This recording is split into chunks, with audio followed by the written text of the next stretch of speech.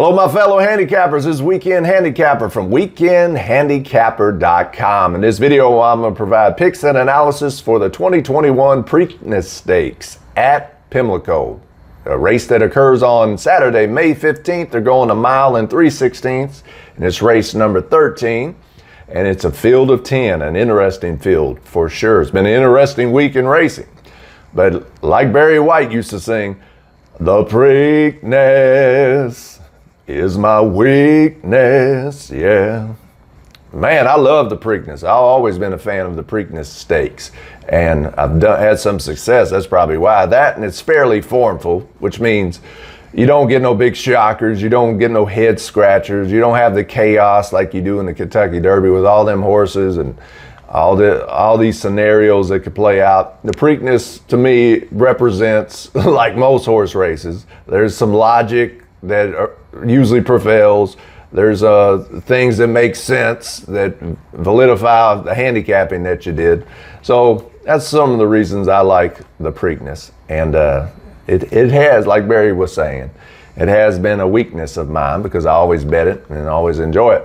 All right, let's go through each of the horses in this race, and then I'll give you my picks and how I might bet the Preakness this year.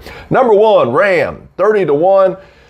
Morning line odds for trainer D. Wayne Lucas, who definitely knows how to win this race.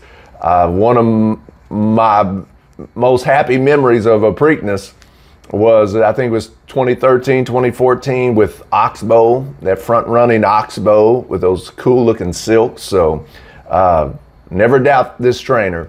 And actually, this horse has been getting some support, it seems like, for some people at a nice odds. But to me, it just won an allowance race. It's been around a while, and it's raced quite a bit, and now it's just getting to this level. Hey, it could be a late bloomer. I don't know, but I don't know. I'm going to look elsewhere. But for what it's worth, the post position's good. The trainer, definitely a Hall of Fame trainer. And some people are supporting this horse. Number 2, keep me in mind if you watch my Derby recap and review video, you know that I was impressed with this horse in the Kentucky Derby, closing in, wide trip there at the at the last turn there coming into the stretch, and still finished 7th, I think, which that doesn't sound too impressive, but to me it was. I said, if you keep an eye on this horse, keep this horse in mind, no pun intended, and see if you get a field a hot pace that this horse can run into. I'm looking for it. I don't think this is it, though, but definitely use in your supers, your tries, your exactas for sure. Use this horse at 15-1. Keep me in mind underneath. Number 3, Medina Spirit. What's been going on, Medina Spirit? Oh, man. Kind of feel bad for the horse, even though, you hear Bob Baffert saying, I feel sorry for the horse, and, it's just a shame it's happened to the horse. People, the horse doesn't care. The horse does not care. He don't know what's going on, but it is kind of sad from a human perspective to see this poor horse going through all this controversy, so maybe that's what Bob was talking about.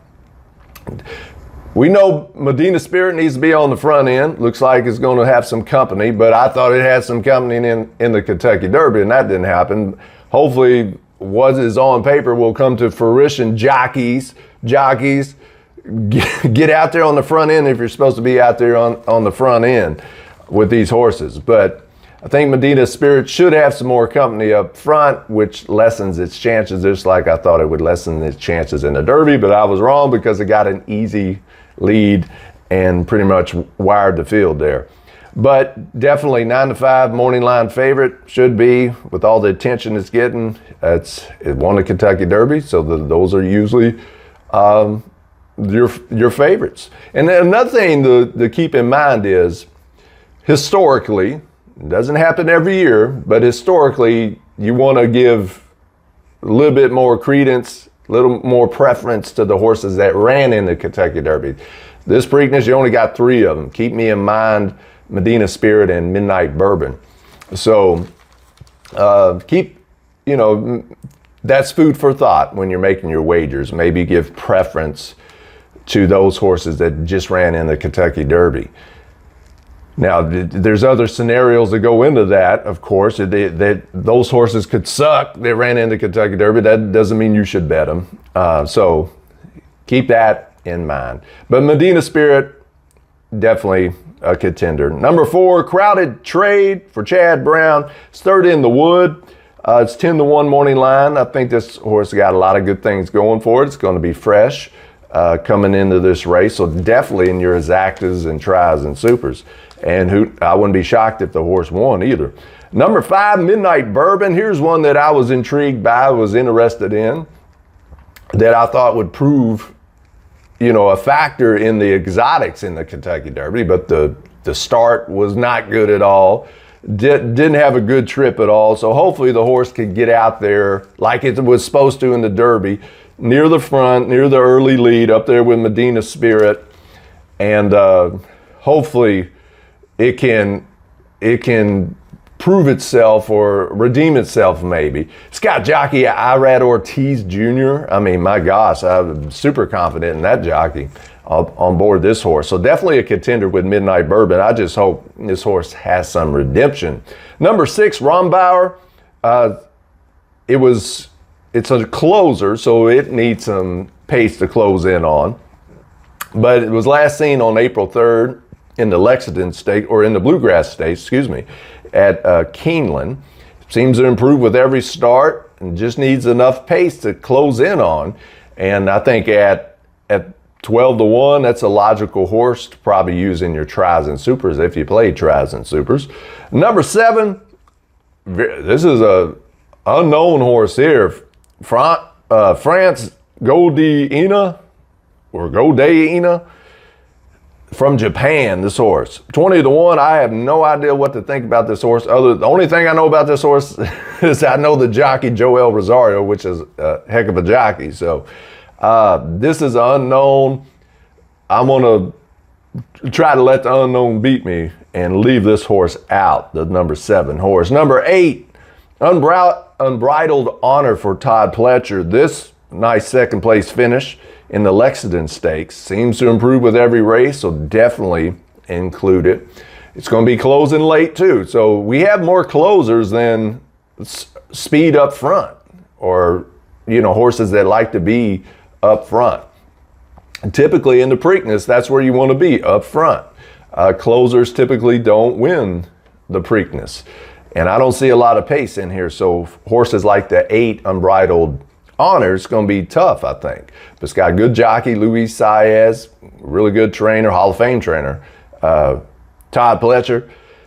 So definitely, if you're a fan of this horse, don't let the pace scenario, that alone just prevent you from wagering on a horse like this. Number 9, Risk Taking. I'm very intrigued by this horse. For another Chad Brown horse. If you throw out that Wood Memorial Performance, you have a contender, I think, at a price. I think this is a good price on the number 9 Risk Taking at 15-1. Yeah, so the pace should set up fairly well for this horse to be a contender, and certainly in exactas, tries, and supers. Number 10, Concert Tour. I think this is a horse to beat, y'all. I'm going to be curious if this horse is the favorite. I can understand if Medina Spirit is, because casual race fans will see that's the Derby winner, but it's going to be interesting with all this controversy going on with Baffert and Medina Spirit. Are people going to just say, screw you all, I'm going to bet on another horse, and that horse won't be the favorite? Or do people feel sorry for the horse, or are there enough Baffert supporters out there who's going to hammer this horse, Medina Spirit, and drive the odds down? That's going to be interesting to see how the final odds shake out. But number 10, Concert Tour, to me, definitely, I think is a better horse than Medina Spirit is. That's for sure. It's coming off a nice little rest, which was needed. It's 5-2 morning line, so you're not going to get a price here. But jockey Mike Smith, some people love Mike Smith. They call him Big Money Mike in these big races. Others, I think he's done past his prime, and they criticize him and stuff on Twitter and different places. But to me, this is a horse to beat here. Whether we'll see what the final odds are, whether or not you bet this horse. But again, it's all about, I don't know, do people have morals in racing? Like, just because it's trained by Bob Baffert, does that mean you're not going to bet a Bob Baffert horse in here if you think that's the most logical winner of the race? So definitely Concert Tour is, to me, the horse to beat. It's going to set up right off the pace. As it plays out on paper, you're going to have Medina Spirit and Midnight Bourbon out there battling on the front end, probably. Concert Tour is going to be ready to pounce right off of that, if everything plays out like it looks like it is on paper. And to me, I think it has a tactical advantage of, as far as pace scenario is concerned. I think the rest is going to do Concert Tour some good. It's a really good horse, even though the last time it raced there in Oakland Park, it fired a dud and it was disappointing, but I think this horse can bounce back. So how am I going to bet the 2021 Preakness Stakes? I'm not too sure, actually. I'm not too sure how, I don't even know if I want to bet this race after everything's been going on. But I think Concert Tour for sure is the most logical winner. We'll see what kind of odds you get on there. I've always enjoyed and was a fan of Midnight Bourbon. Something tells me that it's going to be out there on the front end. Whether or not it can hang on the win, I'm not sure. But that horse offers some pretty good value, I think, at 5-1 morning line. But I'm not that confident in the horse to actually win the race. So, like I was saying, the Preakness is typically won by horses on the front end, and that's the 3, the 5, and the 10. Those are the horses that are going to be up there. The 2 Chad Brown horses, the 4 and the 9, which is crowded trade and risk-taking, I think should definitely be included underneath in your exactas. And if you think those horses have a good shot, I'd be confident in those wagers. So I'm not going to get too fancy. We'll see what the odds are on Concert Tour. The 10 post kind of, is a negative in my eyes. It's got to get over there pretty soon and get into good position. So we'll see what happens with that. I think Concert Tour is the one to beat or try to beat. I think it's going to be interesting to see if that horse is the favorite. So I'm not going to get too fancy. And we'll be looking for the 2 and the 6 and the 8 to be closing in. So if you're looking for good exactas, tries, and superfecta horses, that would be some good ones to use at pretty good prices. So to sum up, Concert Tour is, if you want to say, the top pick, but I doubt if I'm going to bet Concert Tour. Medina Spirit is going to be right up there. I think Midnight Bourbon, I might put a few bucks on Midnight Bourbon because I always like this horse, and I think it offers the value of the race. And then you got those 2 Chad Brown horses. So it's going to be tough. It's going to be an interesting race. I'm not confident at all in this race. There's too many unknown deciding factors, but I think when all said and done, Concert Tour, the 10, will be the Preakness Stakes winner. If it finishes either Concert Tour or Medina Spirit, it's going to be another interesting week in racing. And wow. Yeah. So we'll see if that happens, and we'll see the fallout from the 2021 Preakness Stakes. Go ahead and leave a comment if you like. Let us know who you're going to play, if you're going to even play the Preakness. I know a lot of horse players are going to boycott it, not even going to bet the Preakness Stakes, since the recent things that are going on. They're kind of protesting and boycotting it. So let us know if you're going to play the Preakness. If so, who you're going to pick and who you're going to bet on. As always, I appreciate y'all watching these videos at Weekend Handicapper.